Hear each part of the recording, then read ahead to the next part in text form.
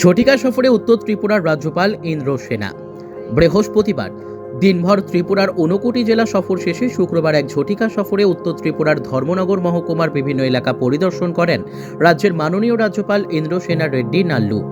শুক্রবার সকাল 10টায় প্রথমে তিনি সপার্ষদ ভারত বাংলা সীমান্তের ইয়াকুবনগর স্থিত বিএসএফ ক্যাম্প পরিদর্শন করে সীমান্ত সুরক্ষার বিভিন্ন বিষয় নিয়ে কথা বলেন বিএসএফ এর আধিকারিকদের সাথে। সেখান থেকে তিনি সোজা চলে যান কদমতলা ব্লক এলাকার বজেন্দ্রনগর সামাজিক স্বাস্থ্য কেন্দ্রে। খতিয়ে দেখেন স্বাস্থ্য দপ্তরের কাজকর্ম, কথা বলেন হাসপাতালে থাকা বিভিন্ন রোগীদের সাথেও।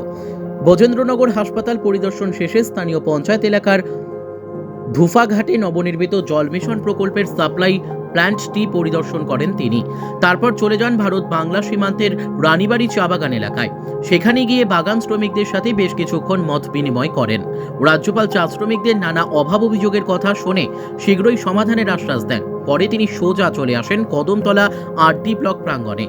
সেখানে ব্লক আধিকারিকদের উপস্থিতিতে ব্লক এলাকার সমস্ত এসএসজি গ্রুপের সদস্যদের নিয়ে বৈঠক করেন।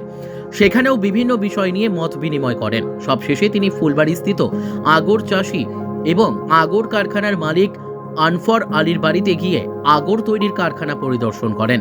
সেখানেও কথা বলেন আগর চাষিদের সাথে। তারপর তিনি ধর্মনগরের উদ্দেশ্যে রওনা দেন।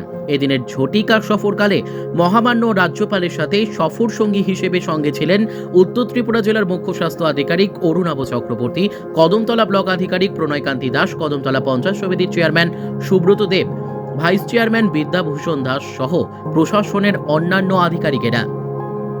পাথারকান্দি থেকে মলয় কুমার দাসের রিপোর্ট, নববার্তা টুডে।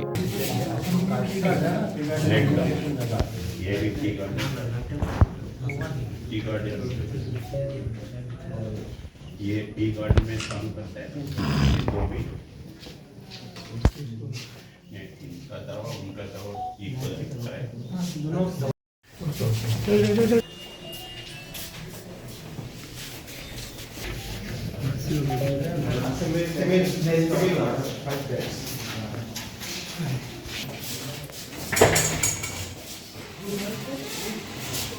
क्या हुआ?